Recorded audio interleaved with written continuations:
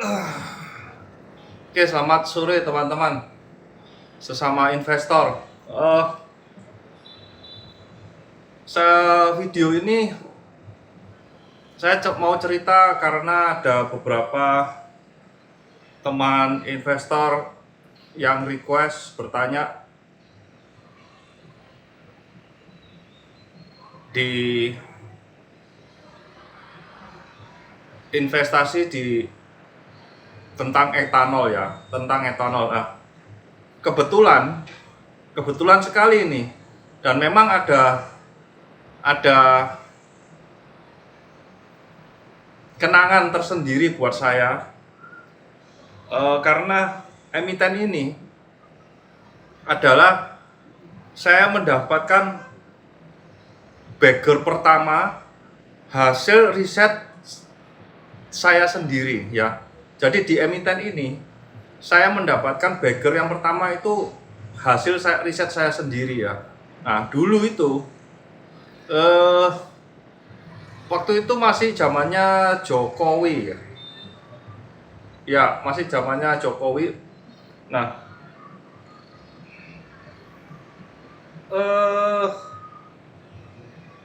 tentang bioetanol, dan bahkan sempat ada ahli tebu ya, profesor pertanian tebu dari Brasil yang membantu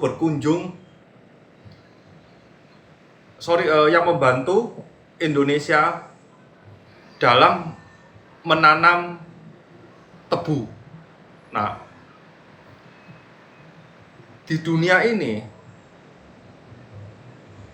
berhasil yang sukses hilirisasi tebu menjadi bahan bakar itu berhasil. Dia sudah riset puluhan tahun. Nah, itu yang di Brasil. Nah, ini zaman Pak Jokowi, ilmuwan ini datang untuk membantu riset di tebu ya. Saat itu ada berita saya baca, dia datang itu di daerah Mojosari, Trowulan atau Mojokerto. Nah, kebetulan daerah sini itu saya pernah survei waktu ditugaskan oleh kantor saya, pabrik saya, untuk mencari tanah, relokasi ya tanah. Buat saya dapat tugas ya. Dan di situ memang besar sekali lahannya itu, milik PTPN Tebu.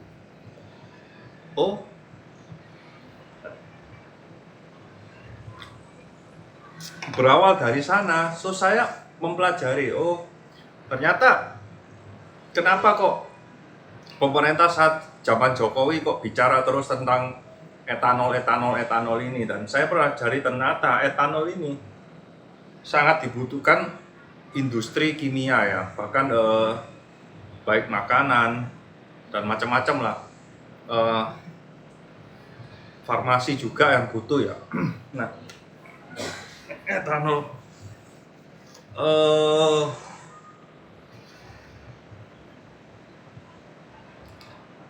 ada dua emiten, yaitu MOLY dan SRSN. Dan kebetulan saya memilih MOLY ya. MOLY ini pabriknya itu ada di Lawang, Jawa Timur, dekat Kota Malang, dan kira-kira 40 menit lah, 30 menit, 40 menit lah dari pabrik saya bekerja di Pasuruan ya.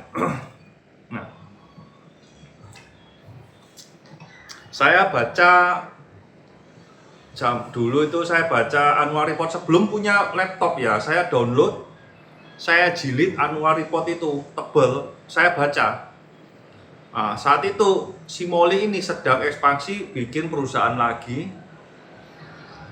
di Lampung ya. Dia ekspansi di Lampung dan konstruksi saat itu di 2023 atau 2024, saya lupa ya tahunnya ya.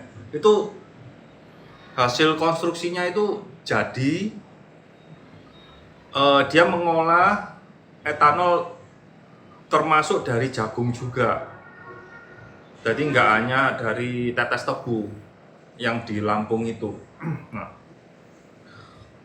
ekspansi itu kan ada ekspansi. Jadi kan secara kasaran, kalau perusahaan bikin pabrik baru ekspansi harusnya labanya kan meningkat. Nah, saat itu tesisnya gampang sih. Ya, saya beli aja sedikit-sedikit.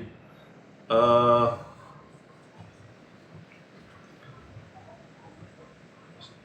saya beli itu 200 lebih ya, harganya hampir saya lupa tuh, mungkin 250 atau sekian ya. Harganya makin turun sampai 120 atau berapa. Saya beli terus kan. Akhirnya kan sampai 120 saya timbul suatu keraguan.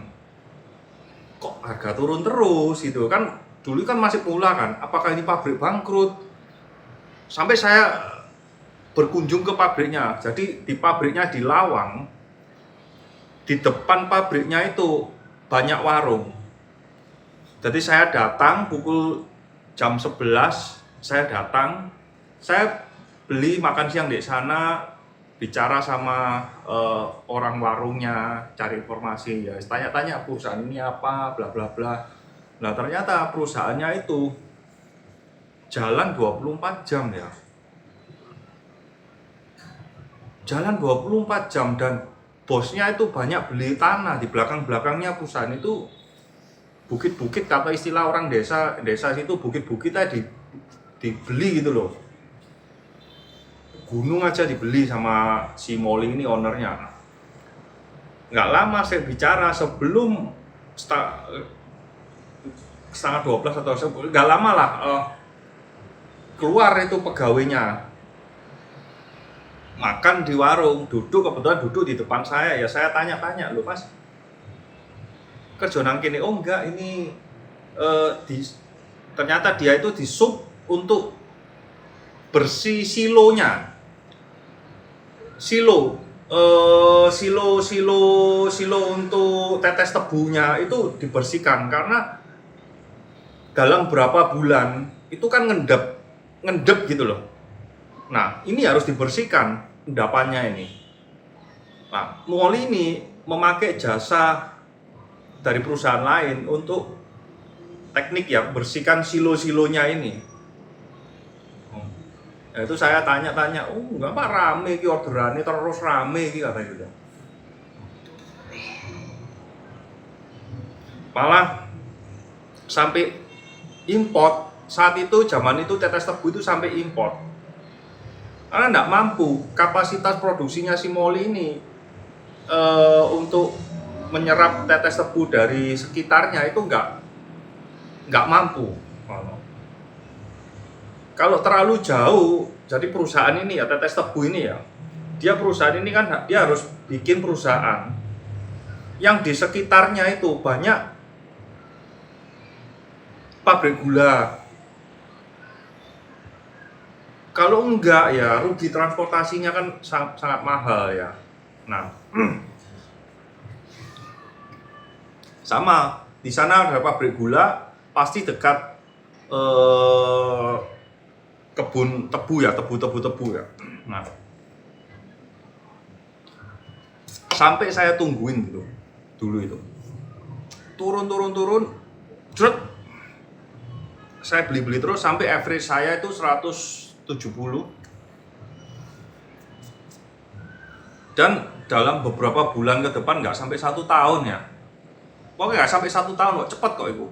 Lupa saya. Keluarlah berita itu tentang bioetanol ini. Harga Molly ini naik.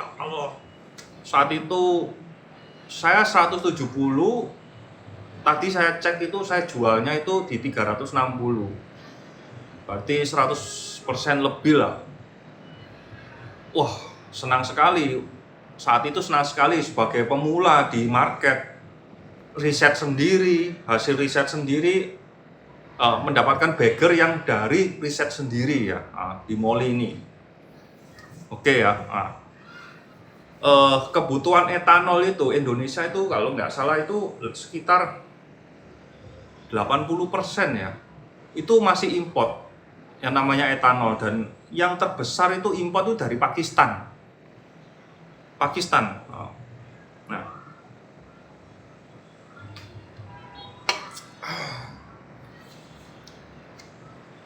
Nah, oke.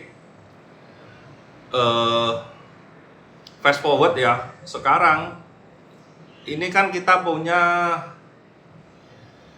presiden ya, sebenarnya ini dilanjutkan kok, program-program yang dibangun Pak Jokowi ini dilanjutkan oleh pemerintah sekarang Pak Prabowo ya. Zaman Pak Jokowi itu kan banyak bangun infrastruktur jalan dan bendungan. Ya kan, bendungan kan pada jadi. Setelah itu ya, yang step kedua pertanian. Masuk ke pertanian untuk menjadi modern ya, pertanian modernisasi atau mesinisasi lah. Nah, ini harusnya masuk step kedua modern. Nah, sekarang kita di step yang kedua ini, karena Pak Jokowi sudah bangun jalan, infrastruktur dan bendungan untuk pengairan. Sekarang Pak Prabowo yang melanjutkan di pertanian ya, karena Pak Prabowo ini dulu juga ketuanya Ikatan Petani Indonesia atau KTIH. Apa itu, himpunan pokoknya Pak Prabowo kan ketuanya kan. Jadi saya percaya Pak Prabowo ini pasti dia akan mensejahterakan petani dan membuat ketahanan pangan negara ya. Ketahanan pangan negara swasembada pangan lah, nggak bergantung pada negara lain ya. Dan ini sangat penting ya. Apalagi Pak Prabowo ini berulang kali kan beliau ngefans sama Mao Cusi ya, Mao Zedong ya. Jadi apa yang dilakukan Mao Zedong pada masa pemerintahnya China dulu itu kan ya sama kan. China dengan penduduk 1 miliar lebih, dulu cari makan orang-orang aja susah. Makanya kan dia pertanian kan. Setelah pertanian jalan, baru datangkan investasi asing untuk membuka pabrik-pabrik manufaktur itu. Mao Zedong ini kan belajar di Singapura.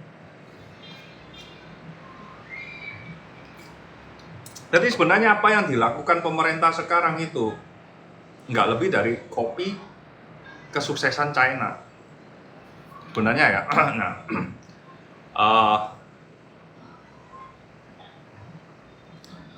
pemerintah saat ini itu sedang membangun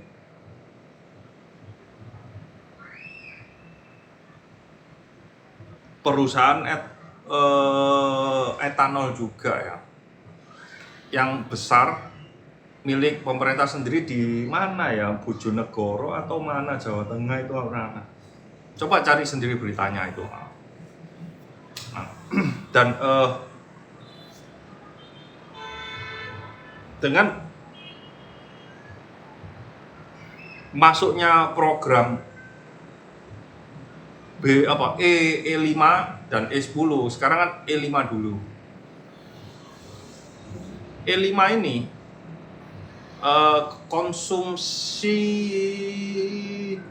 konsumsi BBM Indonesia itu saya lupa ya per berapa gitu loh. Itu 100 juta kiloliter bensin ya. Itu yang besar. Jadi 2 kali lipatnya daripada solar konsumsi BBM nasional itu. Jadi kalau 5%-nya kalau dicampur E5, katakan 100 juta kiloliter. Berarti kan 100 juta kiloliter dikali 1 miliar ya. Kalau 5%-nya dari 1 miliar, 50 juta liter etanol yang dibutuhkan. Nah, 5 juta etanol yang dibutuhkan ini, kapasitas mol ini hanya seberapa persennya dari kebutuhan nasional ini. Jadi MOLI, emiten etanol ini, yang pabrik-pabrik etanol ini punya kesempatan untuk ekspansi yang besar karena kebutuhan akan E5 itu besar sekali gitu. Saat ini ya sampai pemerintah bisa swasembada tebu, gula kan kita juga import ya.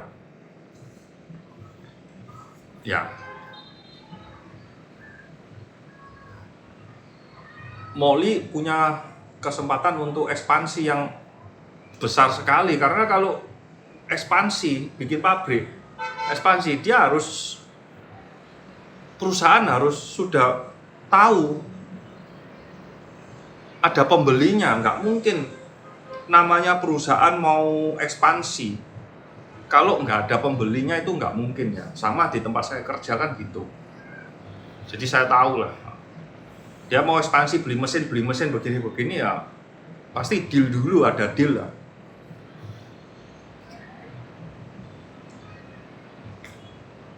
Jadi MOLI, kebutuhan nasional tentang program E5 ini sangat besar sekali. Nah, teman-teman silakan riset sendiri.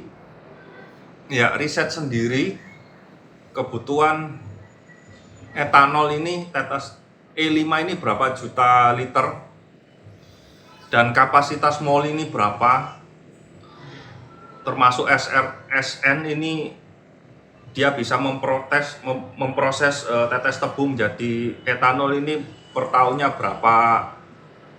berapa juta liter gitu, dibanding dengan kapasitas yang dibutuhkan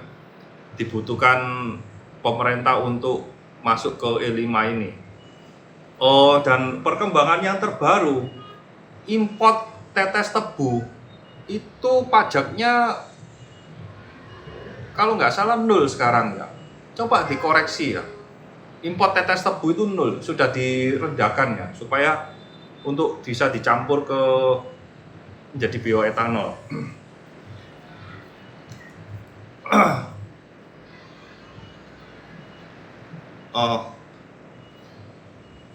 Market cap MOLI dan SN ini kan sangat kecil sekali.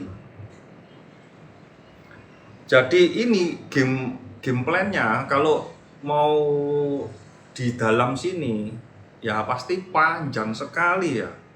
Nggak bisa cuma 2 tahun, harusnya lebih dari 2 tahun, bisa sampai 6 tahun, 5 tahun. Tapi kalau memang grand plan-nya ekspansi terus, bikin terus perusahaan MOLI dan SRN, harusnya akan multi bagger. Cuma jangkanya ini akan sangat panjang, dan biasanya di investasi begini, ini kan kebutuhan ini kan memasuk dari pemerintah. Nah, kalau ganti presiden, ada potensi ganti kebijakan. Nah, itu satu resiko ya, kita ngomong resiko ya, ganti kebijakan.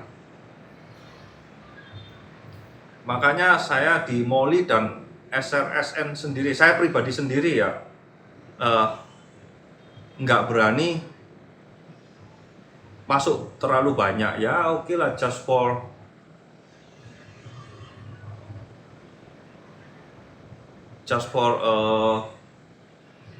nitip sandal lah.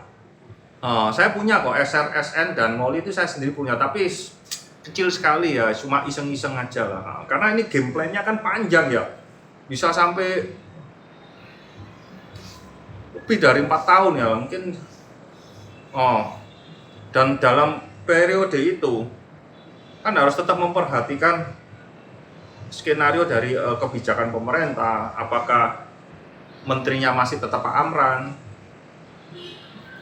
dan juga apakah perusahaan tersebut ini ekspansi, bikin pabrik baru lagi ekspansi.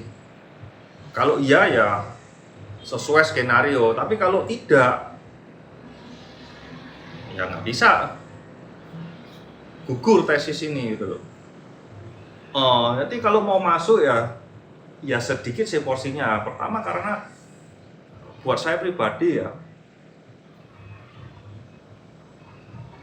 dividennya kan kecil sekali ya.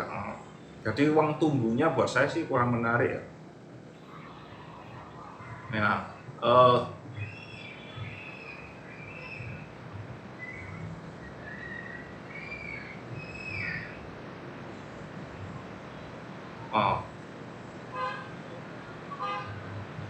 ya apa ya?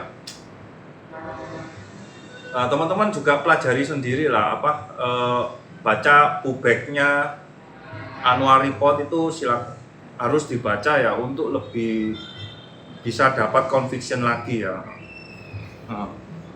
Karena jujur saya nggak terlalu tertarik, jadi saya nggak seberapa ingat detail gitu loh yang diajarkan oleh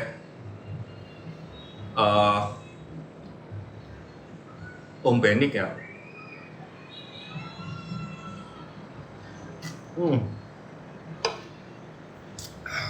Oke ya, saya rasa sekian ya, karena saya sendiri cerita seperti ini ya berdasarkan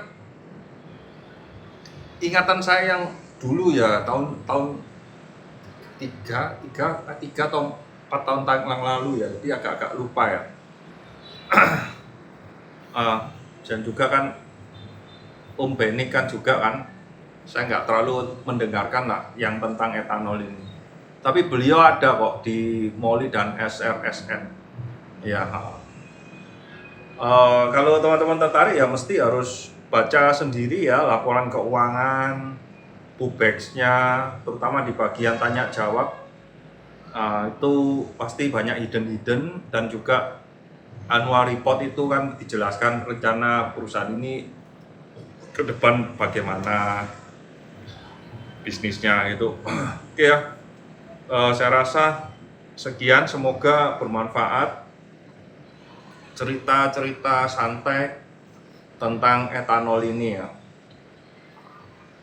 Oke, sampai jumpa.